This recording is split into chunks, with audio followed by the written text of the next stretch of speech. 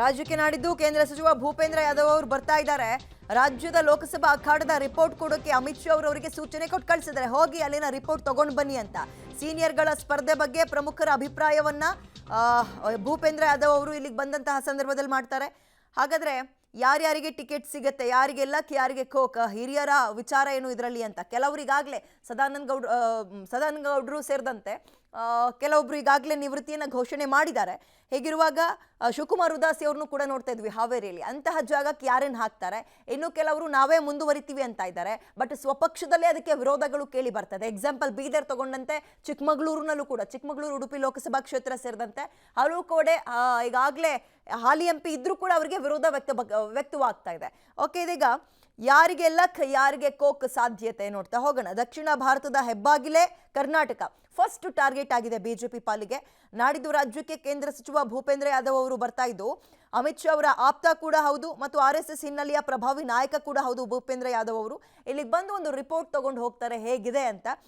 ನಾಡಿದ್ದು ರಾಜ್ಯ ಬಿಜೆಪಿ ಕಾರ್ಯಕಾರಿಣಿ ಸಭೆಯಲ್ಲಿ ಅವರು ಭಾಗಿಯಾಗೋದ್ರ ಮುಖಾಂತರ ಲೋಕಸಭಾ ಕ್ಷೇತ್ರಗಳ ಅಖಾಡದ ಅವಲೋಕನವನ್ನ ಮಾಡ್ತಾರೆ. ಈ ಸಂದರ್ಭದಲ್ಲಿ ರಾಜ್ಯದ ನಾಯಕರಿಂದ ಲೋಕಸಭೆ ಕ್ಷೇತ್ರಗಳ ವಸ್ತುಸ್ಥಿತಿ, ಪಕ್ಷಗಳ ಬಲ ಇವೆಲ್ಲವನ್ನ ತಿಳಿದುಕೊಳ್ಳೋದ್ರ ಮುಖಾಂತರ ಹಾಲಿ ಸಂಸದರು ಯಾರ್ಯಾರಿದ್ದಾರೆ ಮತ್ತು ಯಾರು ನಿಂತ್ಕೊಳ್ತಾ ಇಲ್ಲ ಹಾಲಿ ಸಂಸದರು ಅಥವಾ ವಿರೋಧ ಕೇಳಿ ಬರ್ತಾ ಇದೆ, ಕಾರಣ ಏನು ಮತ್ತು ಆಕಾಂಕ್ಷಿಗಳ ವಿವರ ಹೇಗಿದೆ, ರಾಮ ಮಂದಿರದ ಎಫೆಕ್ಟ್ ರಾಜ್ಯದ ಮೇಲೆ, ಅದರಲ್ಲೂ ಎಲೆಕ್ಷನ್ ಮೇಲೆ ಹೇಗೆ ತಾಗಬಹುದು, ಯಾವ ಭಾಗದಲ್ಲಿ ಹೆಚ್ಚಾಗಿ ತಾಗಬಹುದು, ಇದೆಲ್ಲದ್ರ ಬಗ್ಗೆ ವಿವರವನ್ನ ಸಂಗ್ರಹಿಸ್ಕೊಂಡು ಹೋಗ್ತಾರೆ. ನಾಡಿದ್ದು ಬಂದವರು ರಾಜ್ಯದಲ್ಲಿ ಸರ್ವೆ ಮಾಡ್ತಾ ಇದೆ ಖಾಸಗಿ ತಂಡ, ಗುಪ್ತ ವಿವರವನ್ನ ಸಂಗ್ರಹ ಕೂಡ ಮಾಡ್ತಾ ಇದೆ, ಅದನ್ನು ಕಲೆಕ್ಟ್ ಮಾಡ್ಕೊಂಡು ಹೋಗ್ತಾರೆ.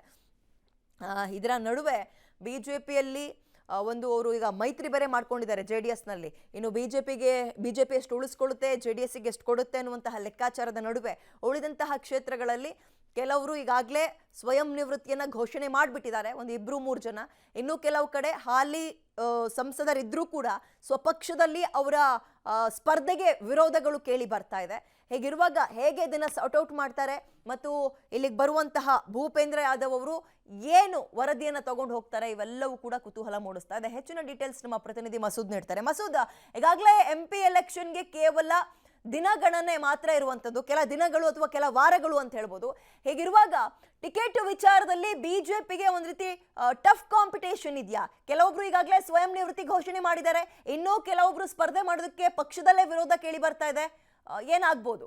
ವಿದ್ಯಾ, ಲೋಕಸಭೆ ಚುನಾವಣೆಗೆ ಇನ್ನೂ 2.5 ತಿಂಗಳಷ್ಟೇ ಬಾಕಿ ಇರುವಂಥದ್ದು. ವಿಧಾನಸಭೆ ಚುನಾವಣೆ ಸಂದರ್ಭದಲ್ಲೂ ಕೂಡ ಕೇಂದ್ರ ಸಚಿವ ಭೂಪೇಂದ್ರ ಯಾದವ್ ಅವರು ಬಂದು ಗುಪ್ತ ವರದಿಯನ್ನು ತೆಗೆದುಕೊಂಡು ಅಮಿತ್ ಶಾ ಅವರಿಗೆ ಕೊಟ್ಟಿದ್ದರು. ಈಗ ಲೋಕಸಭೆ ಚುನಾವಣೆ ಸಮೀಪ ಇರುವ ಹಿನ್ನೆಲೆಯಲ್ಲಿ ಈ ಬಾರಿಯೂ ಕೂಡ ಭೂಪೇಂದ್ರ ಯಾದವ್ ರಾಜ್ಯಕ್ಕೆ ಬರ್ತಾ ಇದ್ದಾರೆ. 27ನೇ ತಾರೀಕು ಅವರು ರಾಜ್ಯಕ್ಕೆ ಬರ್ತಾ ಇದ್ದಾರೆ. ಅವತ್ತು ರಾಜ್ಯ ಬಿಜೆಪಿ ಕಾರ್ಯಕಾರಿಣಿ ಸಭೆಯಲ್ಲಿ ಪಾಲ್ಗೊಳ್ತಿದ್ದಾರೆ. ಅದಷ್ಟೇ ಅಲ್ಲ, ರಾಜ್ಯ ಲೋಕಸಭಾ ಕ್ಷೇತ್ರಗಳ ಅಖಾಡ ಚಿತ್ರಣ ಯಾವ ರೀತಿ ಇದೆ ಅನ್ನುವಂತಹ ವರದಿಯನ್ನು ಕೂಡ ಅಮಿತ್ ಶಾ ಅವರಿಗೆ ತಲುಪಿಸ್ತಾರೆ. ಸಂಪೂರ್ಣವಾದಂತಹ ವರದಿಯನ್ನು ಅಮಿತ್ ಶಾ ಅವರಿಗೆ ಭೂಪೇಂದ್ರ ಯಾದವ್ ಅವರು ತಲುಪಿಸ್ತಾ ಇದ್ದಾರೆ. ಜೊತೆಗೆ 1 ಡಜನ್ ಕ್ಷೇತ್ರಗಳಲ್ಲಿ ಹಿರಿಯರಿದ್ದಾರೆ, ಅವ್ರನ್ನೆಲ್ಲರನ್ನು ಕೂಡ ಬದಲಾಯಿಸಬೇಕಾ, ಅವ್ರ ಜಾಗದಲ್ಲಿ ಹೊಸಬ್ರಿಗೆ ಯಾರನ್ನು ತರಬೇಕು, ಆ ಕ್ಷೇತ್ರಗಳ ವಸ್ತುಸ್ಥಿತಿ ಏನಿದೆ, ಯಾವೆಲ್ಲ ಹಿರಿಯರು ಮತ್ತೆ ಸ್ಪರ್ಧೆಗೆ ಬಯಸ್ತಾ ಇದ್ದಾರೆ, ಇವೆಲ್ಲ ಮಾಹಿತಿಗಳನ್ನು ಕೂಡ ಮತ್ತೊಂದು ಪ್ರತ್ಯೇಕ ವರದಿಯಲ್ಲಿ ಭೂಪೇಂದ್ರ ಯಾದವ್ ಅವರು ಅಮಿತ್ ಶಾ ಅವರಿಗೆ ತಲುಪಿಸ್ತಾ ಇದ್ದಾರೆ.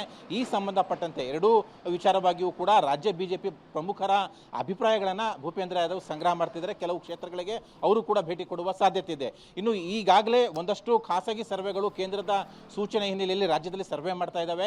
ಆ ಖಾಸಗಿ ತಂಡಗಳನ್ನು ಭೇಟಿ ಮಾಡಿ ಅವರಿಂದಲೂ ಕೂಡ ಗುಪ್ತ ವರದಿಯನ್ನು ಭೂಪೇಂದ್ರ ಯಾದವ್ ಅವರು ಸಂಗ್ರಹ ಮಾಡ್ಕೋತಾರೆ. ಒಟ್ಟಾರೆಯಾಗಿ 2 ಪ್ರಮುಖ ವರದಿಗಳನ್ನು ಅಮಿತ್ ಶಾ ಅವರಿಗೆ ತಲುಪಿಸ್ತಾ ಇದ್ದಾರೆ. ರಾಜ್ಯದಲ್ಲಿ ಈಗಾಗಲೇ 25 ಕ್ಷೇತ್ರಗಳಲ್ಲಿ ಬಿಜೆಪಿ ಇದ್ದಾವೆ. ಮಂಡ್ಯ ಒಂದು ಎಕ್ಸ್ಟ್ರಾ 26 ಅವರು ಬೆಂಬಲ ಕೂಡ ಕೊಟ್ಟಿದ್ದಾರೆ.